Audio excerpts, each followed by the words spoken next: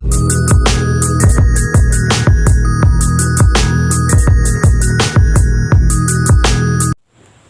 Last lecture में हम लोगों ने होमोजीनियस और नॉन होमोजीनियस का कॉन्सेप्ट सीखा था, जिसमें कि हम लोगों ने सब चीज़ क्लियर कर लिया था कि होमोजीनियस क्या होता है, नॉन होमोजीनियस क्या होता है। तो रिवाइज करते हुए उसमें देखो कि होमोजीनियस इक्वेशन क्या होता था कि जिसमें कि कांस्टेंट का वैल्यू 0 हो जाता था, ये हो गया आपका होमोजीनियस। और जिसमें कि कांस्टेंट का वैल्यू 0 नहीं होता था वो हो जाता है आपका नॉन होमोजीनियस। तो इसका भी हम लोगों ने बहुत ही अच्छे तरीके से दोनों को हम लोग सीख लिए थे, और इसमें क्या क्या केसेस होते हैं वो भी हम लोगों ने देख लिया था कि इसमें सिर्फ वन सॉल्यूशन या इनफाइनाइट सॉल्यूशन हो सकता है, ज़ीरो सॉल्यूशन का केस इसमें नहीं आता है। इसमें ज़ीरो सॉल्यूशन, वन सॉल्यूशन या इनफाइनाइट सॉल्यूशन कुछ भी हो सकता है। तो इस दोनों को भी मैंने बहुत अच्छे से समझाया था कि इसमें वन और इनफाइनाइट ही क्यों होता है। तो जिन लोगों को समझ में आया था उनके लिए बहुत अच्छी बात है। एक और देख लो कि जिसमें कि कांस्टेंट का वैल्यू 0 होता है, वो जो स्ट्रेट लाइन होते हैं वो हमेशा ओरिजिन से पास करते हैं। ये जो ओरिजिन है ना 0,0, ये जिसमें कांस्टेंट का वैल्यू 0 होता है वो हमेशा यहीं से पास करते हैं। वो किस टाइप के होंगे बताओ? जिनका कांस्टेंट 0 होता है वो इसी टाइप का कुछ लाइन होगा, y = -b/a टाइम्स x, जो कि ये डायरेक्शन बताता है। तो जो दो लाइन होंगे उसमें अगर एक लाइन ऐसे जा रहा है, ओरिजिन से ही पास करना चाहिए, तो दूसरे लाइन के साथ कांस्टेंट क्या है कि वो भी यहीं से पास करना चाहिए। तो या तो वो ऐसे चला जाए दूसरे डायरेक्शन में, या फिर इसी के ऊपर से चला जाए। इसके साथ ये पॉसिबिलिटी नहीं है कि वो यहाँ से जाए, इसलिए इसमें हमेशा वन या फिर इनफाइनाइट सॉल्यूशन ही होता है। तो आप लोगों को समझ में आ गया होगा कि इसमें सिर्फ वन और इनफाइनाइट होता है, और इसमें 0, 1 या इनफाइनाइट होता है, और तीनों का अलग अलग केस है, जिससे कि आप लोग कंडीशन लगा के क्वेश्चन सॉल्व करते हो। तो हम लोग 1-2 क्वेश्चन और देख लेते हैं इसको, और ख़त्म करते हैं इस टॉपिक को अच्छे से। तो एक क्वेश्चन है कि kx + 3y = k-2, और दूसरा है 12x + ky = k। ये फर्स्ट इक्वेशन है। ये सेकंड इक्वेशन है, find k for no solution. k का वैल्यू बताओ जिससे कि सॉल्यूशन नहीं आए कोई भी। तो इस क्वेश्चन को आप लोग पॉज करो और खुद से ट्राई करो। तो होप आप लोगों ने ट्राई किया होगा, कंडीशन भी आप लोगों ने लगाया होगा। यहाँ पे a1 का वैल्यू क्या है k, b1 का क्या है 3, c1 का वैल्यू क्या है -k-2। अगर नहीं करोगे फिर भी चलेगा, बट आपको आदत लगाना है कि इसको इधर भेजने का, क्योंकि आप ऐसा चीज़ बहुत जगह देखोगे ना, तो इसलिए यहाँ पे आप यहाँ पे नहीं करोगे, क्योंकि यहाँ पे रेशियो है तो काम चल जाएगा। बट और सब केसेस में जैसे क्रॉस मल्टीप्लिकेशन में वहाँ नहीं करोगे तो आप फंस जाओगे। तो इसीलिए आप इसको यहाँ ले ही आना तो ज़्यादा फ़ायदा होगा। c1 का वैल्यू क्या है 2 - k। 2 - k कैसे आया देखो यहाँ पे, kx + 3y -2 है तो इधर आएगा तो +2, और k इधर प्लस में तो माइनस में आएगा तो -k = 0। तो ये आपका कांस्टेंट बच गया। और इसमें बताओ सही कि a2 का वैल्यू है 12, b2 का वैल्यू है k, और c2 का वैल्यू क्या है -k। ठीक है, ये माइनस इधर आएगा -k। तो अब बताओ इसमें कंडीशन क्या लगाएंगे कि a1/a2 = b1/b2 which is not equal to c1/c2। कैसे? नो सॉल्यूशन होना है तो पहला लाइन ऐसे है तो दूसरा लाइन ऐसे जाना है। तो इसका डायरेक्शन अगर a1/a2 है तो इसका डायरेक्शन क्या होगा b1/b2 होगा, और ओवरलैप नहीं कर रहा है तो दोनों का कांस्टेंट का रेशियो भी डिफरेंट होगा। ठीक, तो यहाँ से ये लिख दिया हम लोग। अब यहाँ पे से वैल्यू पुट करना है कि क्या होगा नहीं होगा। देखो क्या हो जाएगा, a1/a2 का value k/12 = 3/k which is not equal to 2 - k/-k। ठीक है, यहाँ पर 2 - k/-k, इसको आप लोग माइनस से मल्टीप्लाई कर दो तो k-2 हो जाएगा। बट कोई नहीं, यहाँ से 2 केस बनेगा। तो 2 केस क्या होगा, एक बार इस दोनों को कंपेयर करो, एक बार इस दोनों को कंपेयर करो, या फिर इस दोनों को कंपेयर करो, बात तो बराबर है।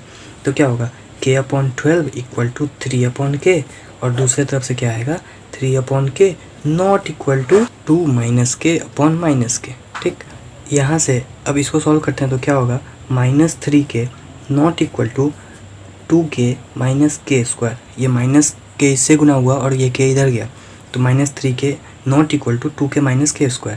तो ये k² यहाँ इधर आएगा तो क्या हो जाएगा प्लस का k², और -3k - 2k क्या हो जाएगा -5k नॉट इक्वल टू 0। तो k कॉमन आ गया तो k - 5 नॉट इक्वल टू 0। तो यहाँ से k का वैल्यू क्या आ गया k नॉट इक्वल टू 0 और k नॉट इक्वल टू 5। ठीक, अब इससे क्या आता है देखो, k इधर जाएगा तो स्क्वायर हो गया तो k² = 36। तो k का वैल्यू यहाँ से कैसे आएगा बताओ, k² - 36 = 0। तो k + 6 × k - 6 = 0। तो k का वैल्यू क्या होगा 6, या फिर k = -6। ठीक, ये कैसे, ये मैंने बहुत सारे क्वेश्चन में बहुत अच्छे से समझाया था कि ए स्क्वायर माइनस बी स्क्वायर का फॉर्मूला लगा, ए प्लस बी इंटू ए माइनस बी हो गया, और वहाँ से किसी दो नंबर का प्रोडक्ट अगर जीरो है तो या तो पहला नंबर जीरो होगा या फिर दूसरा नंबर जीरो होगा, कोई भी एक जीरो होगा तो हमारा प्रोडक्ट जीरो हो जाएगा। तो दोनों को जीरो से इक्वेट कर दो, तो वहाँ से के इक्वल टू 6 और के इक्वल टू -6 आ गया। तो अब बताओ, दो केस हमारे पास आया, ये कह रहा है के का वैल्यू 6 होना चाहिए, के का वैल्यू -6 होना चाहिए, ये कह रहा है कि के का वैल्यू 0 नहीं होना चाहिए और के का वैल्यू 5 नहीं होना चाहिए। ठीक, तो बताओ यहाँ से ये हमारा आंसर अपने आप आ जाएगा। अदरवाइज बुक्स में ऐसे चेक किया हुआ रहता है, देखो कैसे, दो केस ले लेते हैं वो लोग, जैसे केस 1 व्हेन के इक्वल टू 6। ठीक, तो के इक्वल टू 6 को इसमें पुट करते हैं, तो देखो के इक्वल टू 6 क्या होगा पुट करने पे, 6 इंटू 6 माइनस 5, तो क्या हो जाएगा 6 into 1 6 which is not equal to 0। तो ये 0 के इक्वल नहीं है, ये भी कह रहा है कि 0 के इक्वल नहीं होना चाहिए, कि 6 पुट जो भी इसमें पुट करो वो 0 नहीं देना चाहिए, ये कह रहा है। एक तो आपका डायरेक्ट आंसर यहीं से आ गया था, कैसे कि के का वैल्यू 6 या के का वैल्यू -6 आया, और ये कह रहा है कि के का वैल्यू 0 नहीं होना चाहिए, 5 नहीं होना चाहिए। हाँ भाई नहीं है, ये तो 6 है, ये -6 है, 0 5 में से कोई नहीं है, तो आप डायरेक्ट यहीं से आंसर लिख सकते हो। बट बुक्स में ऐसा किया रहता है, इसलिए मैं बता दे रहा हूँ कि व्हेन के इक्वल टू 6 करके इसमें पुट कर दिया, चेक करा लिया, करा लो, कोई दिक्कत नहीं है। 6 इंटू 6 माइनस 5 तो क्या हो जाएगा 6 आ गया। तो यहाँ पे 6 का वैल्यू 0 नहीं है ना, ये 6 0 के इक्वल नहीं है, जो कि यहाँ पे होना चाहिए। ये कह रहा है कि 0 के इक्वल नहीं होना चाहिए, ऐसा वैल्यू के का रखो। तो के इक्वल टू 6 हमारा सॉल्यूशन हो जाएगा। उसी तरह केस 2 में के इक्वल टू -6 के पे पुट करके देखो तो क्या होगा, -6 इंटू -6 माइनस 5 तो क्या होगा आपका -11 इंटू -6 66 हो गया। तो ये भी नॉट इक्वल टू 0 है। तो यहाँ से भी आपका के इक्वल टू -6 भी आपका सेटिस्फाई कर गया कि के -6 भी पुट करो तो 0 आंसर नहीं आ रहा है। तो ये आपका 6 और -6 दोनों आपका आंसर हो गया। आप डायरेक्टली भी यहाँ से देख सकते हैं, जैसा कि मैंने समझा दिया है, बट बुक्स में दिया रहता है, इसलिए अब मैंने यहाँ लिखा है। इसका ये मतलब नहीं कि यहीं पे लिखना है, आप नीचे लिखना है इसके, ठीक है। तो नेक्स्ट क्वेश्चन है कि 3k + 1 times x plus 3y - 2 = 0 और k² + x + 1 times x plus k - 2 times y - 5 = 0। तो ये दो इक्वेशंस दिए हुए हैं, तो k = what for no solution, no solution के लिए k बताना है। तो वीडियो पॉज करो, बहुत ही आसान क्वेश्चन है, ट्राई करो। तो आप लोगों ने ट्राई कर लिया होगा। a1 का वैल्यू क्या है यहाँ पे 3k + 1, b1 का वैल्यू 3, c1 का वैल्यू -2, a2 का वैल्यू है k² + 1, b2 का वैल्यू है k - 2, c2 का वैल्यू है -5। तो इसको फॉर्मूला में पुट करना है, ऐसे जाना चाहिए ना, दो लाइन, a1/a2 है, b1/b2 है, तो इक्वल होना चाहिए, but not equal to c1/c2 क्योंकि दूरी पे है। तो डायरेक्ट मैं लिख रहा हूँ, देखो a1/a2 का वैल्यू क्या है 3k + 1 upon k² + 1 equal to b1/b2 क्या है 3 upon k - 2 which is not equal to c1/c2 का वैल्यू क्या है -2 अपॉन -5। ठीक, यहाँ से देखो, एक यहाँ से केस बना लो, एक दोनों केस बना लो, तो क्या हो जाएगा 3k + 1 upon k² + 1 equal to 3 upon k - 2, और दूसरा केस क्या होगा 3 upon k - 2 not equal to 2/5। ठीक, देखो अब क्या करना है, इस दोनों को सॉल्व करो, तो 3k + 1 इंटू k - 2 करोगे तो हो जाएगा आपका 3k² - 6k plus k - 2 equal to 3k² + 3। इसको भी इधर भेज दिया। तो अब देखो क्या हो जाएगा कि 3k² + 3 और ये 3k² तो भाई कट गया यहाँ पे। उसके बाद -6k प्लस k क्या हो जाएगा -5k, और -2 इधर जाके प्लस हो जाएगा, तो इक्वल टू 5। तो 5 से 5 कट गया, तो k इक्वल टू -1 आ गया। बहुत ही सिंपल आ गया देखो।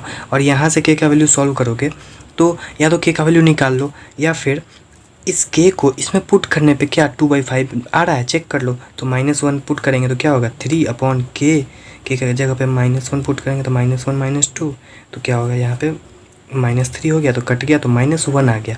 -1 2/5 के बराबर ऐसे भी नहीं है, तुम्हारा सेटिस्फाई कर गया कंडीशन, तो हमारा k = 1 आंसर आ गया। या फिर यहाँ से आप फाइंड करो, इस तरह नहीं करना चाहते हो जो, उस तरह देख लो, इसको सॉल्व करो, क्या हो जाएगा 15 इक्वल टू 2k - 4।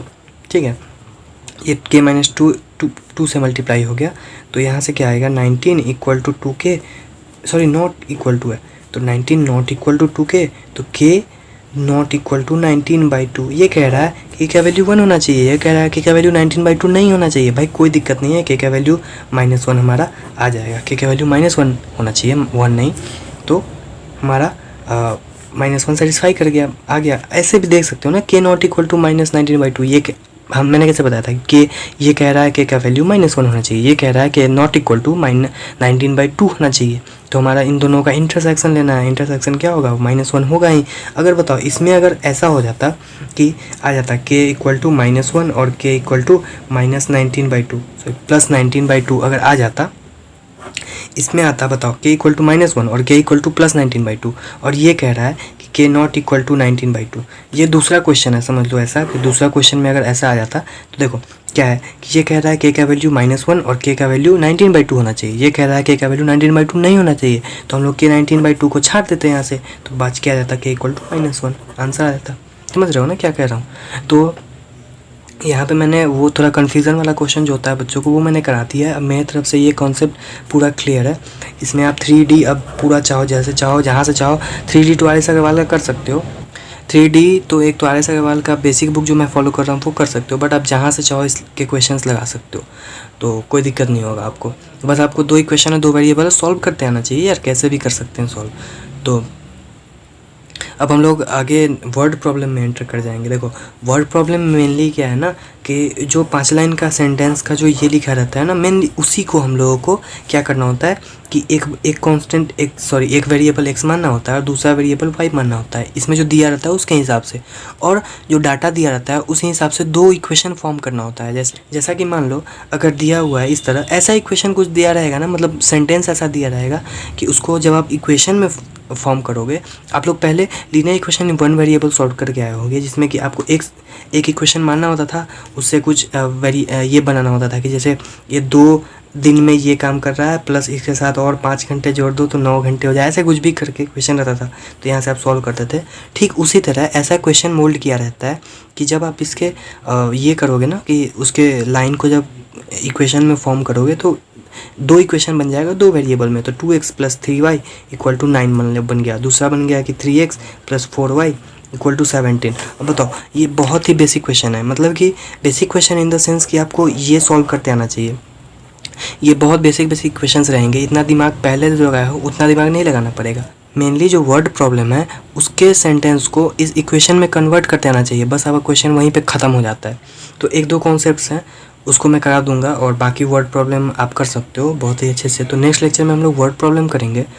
तो मैंने यहाँ पे थोड़ा सा आपको ट्रेलर दिखा दिया है कि अगले 2-3 लेक्चर्स में क्या होने वाला है। तो फिर आप लोग रेडी रहना इसके लिए कि वर्ड प्रॉब्लम्स आप लोग खुद से भी ट्राई कर सकते हो जाके, बट अगर हार्ड लगे तो छोड़ सकते हो। आप मेरे पे रखो कि मैं जब कराऊँगा तो आप कर लेना। तो फिर मिलते हैं नए लेक्चर में जिसमें कि हम लोग वर्ड प्रॉब्लम का सफाया करने वाले हैं। तब तक के लिए बाय।